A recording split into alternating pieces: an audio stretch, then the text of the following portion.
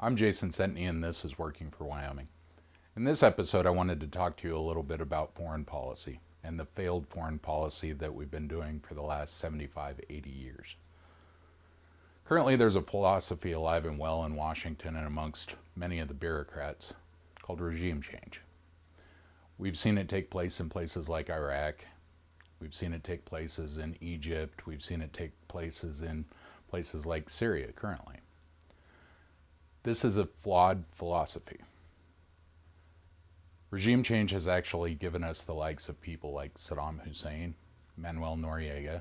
It's empowered people like Osama bin Laden and the Taliban. It's something we need to stop doing. It's a failed policy, and it's something that I stand against. Now, I'm not saying we need to become isolationists. I'm saying unless a country is an imminent threat to the United States, then we just need to stay out of it. I'm sorry, but many of these countries can take care of themselves. They just use us as a crutch, thinking we'll fight their battles, and we lose American lives in doing so. I think Iraq was a mistake. Now on to foreign aid.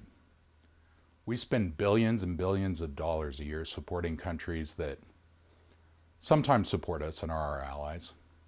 A lot of that money is going to countries that basically the majority of their population hate us. We need to stop doing that. We're not going to buy their friendship. It's a waste of money.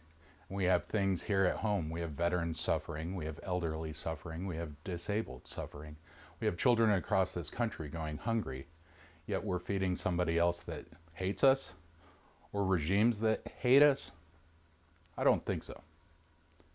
Like I said before, I'm not an isolationist, and I believe that we should stand up for ourselves if it is an imminent threat to our homeland.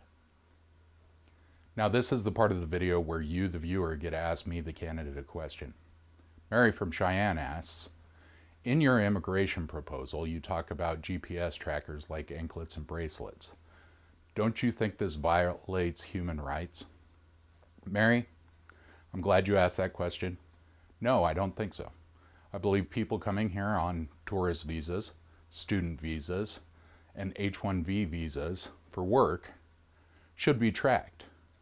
When 9/11 happened, the majority of those attackers overstayed their visas. That's why they were in this country. We lose track of these people and they become a threat to our nation and they become a threat to our citizens. So we do need to track them. If they want to get that bracelet off, they could either return to their country of origin or they could go through the citizenship process and become American citizens. Then they'll be covered by the Constitution. Thank you again for asking that, Mary. Now, if anyone else out there has a question, you can send that to me at senteneyforwyoming.org. I look forward to hearing from you. God bless Wyoming, and God bless all of you. Thank you. We are Wyoming.